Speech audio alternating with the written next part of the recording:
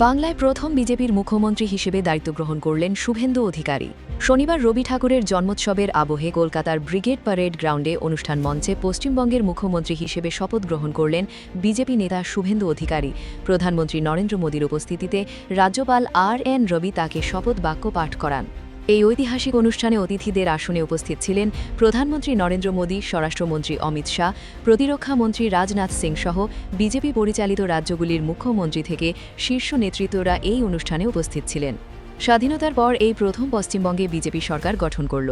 স্বরাষ্ট্রমন্ত্রী অমিত শাহের উপস্থিতিতে বিজেপি পরিষদীয় দলের বৈঠকে সর্বসম্মতিক্রমে দলনেতা নির্বাচিত হয়েছিলেন শুভেন্দু অধিকারী। আমি শুভেন্দু অধিকারী ঈশ্বরের নামে শপথ করিতেছি যে বিধি দ্বারা স্থাপিত ভারতের সংবিধানের প্রতি আমি অকৃত্রিম নিষ্ঠা ও আনুগত্য পোষণ করিব। আমি ভারতের সার্বভৌমত্ব ও অখণ্ডতা রক্ষা করিব। পশ্চিমবঙ্গ রাজ্যের মুখ্যমন্ত্রী রূপে আমার কর্তব্যসমূহ নিষ্ঠাপূর্বক এবং বিবেকসম্মতভাবে নির্বাহ করিব এবং ভয় বা পক্ষপাত, প্রীতি বা বিদ্বেষ রহিত হইয়া সকল শ্রেণীর জনগণের প্রতি সংবিধান ও বিধি অনুসারে ন্যায় আচরণ করিব।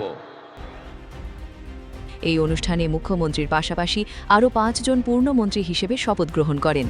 মুখ্যমন্ত্রী হিসেবে শপথ গ্রহণের পর তিনি রবি ঠাকুরের স্মৃতিতে শ্রদ্ধার্ঘ্য জানাতে ঠাকুর বাড়িতে রওনা দেন। আমি চাই শুভবুদ্ধির উদয় হোক। আমি শুধু বলব, যারা এখনো সমালোচনা করছেন তাদের চৈতন্য উদয় হোক।